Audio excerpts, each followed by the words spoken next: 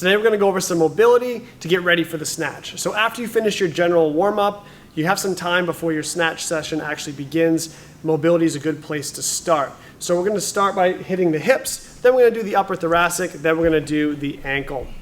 So couch stretch is my favorite for this. We're going to have Marcus start on all fours. He's going to choose the side he wants to start with, getting that shin flat against the wall, knee all the way back as well. And he's going to start with both hands on the ground as well. Yep, sometimes this is as far as you can get. And all you have to do is focus on trying to keep a straight line with your torso and your lower leg, squeezing your butt, opening that hip. Plenty of people feel it here. Some people can't even step out. That's okay. If you're flexible, you can start to open up that torso angle, get taller, and again, still squeezing the butt, trying to keep a straight line with that leg and torso, avoiding that arch. You hit about 2 minutes per side. Come on out of that slowly. Next, we'll address the upper thoracic and shoulders. I'm going to have him sit in front of this medicine ball, put the upper back across the ball. He's going to reach his arms up overhead, slightly more narrow than his snatch grip would actually be.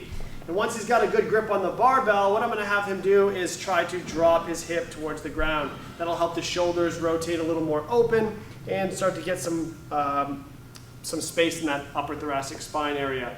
So he can lift and drop, lift and drop. Don't hold your breath. Breathe through this. Don't hold your breath. And try to keep the barbell in one place. So the hips can move, but the barbell should stay tight, and you could even have a partner hold that in place. Awesome. Take a break from that. Lastly, we are going to work on some ankle mobility. And there's two options for this one.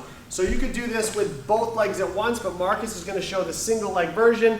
He's going to take the barbell, put it right at the end of the head of his quad, and use the weight to drive that knee forward out over the toe. He can come in and out of that position, trying to really push that range of motion while keeping the heel down. And again, a double leg version of this would be sitting in the bottom of the squat, pushing the knees out, putting the barbell in the same place while keeping that chest up and driving the knees forward. Go ahead and take a break. So it's important that you address whatever the issues you may have with your mobility. It only takes a few minutes. It can be done after your general warm-up, before your snatch session. It'll help you get more prepared, hit better positions. Here's a little barbell warm-up you can take on before your snatch session begins. This should happen after a general warm-up's completed.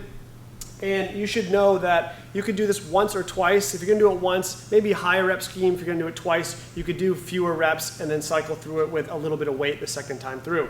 So we're going to have Marcus start with the barbell up on his back, snatch grip ready to go, and I'm just going to have him do 3 snatch push press. You may do 5 to 10 reps here. From here, we're going to have him do 3 overhead squats.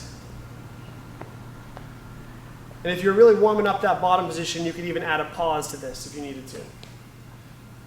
And next, he's going to do 3 snatch balance. Starting to get those feet moving, being a little explosive, starting to build speed. At this point, you may take a little bit of rest before transitioning to the front. And going to the front now, we're just going to do 3 high hang power snatches. And again, focusing on technique work here, getting that range of motion going. Then he's going to do 3 hang power snatches from above the knee. And lastly, he's going to do 3 full hang snatches, so full squat.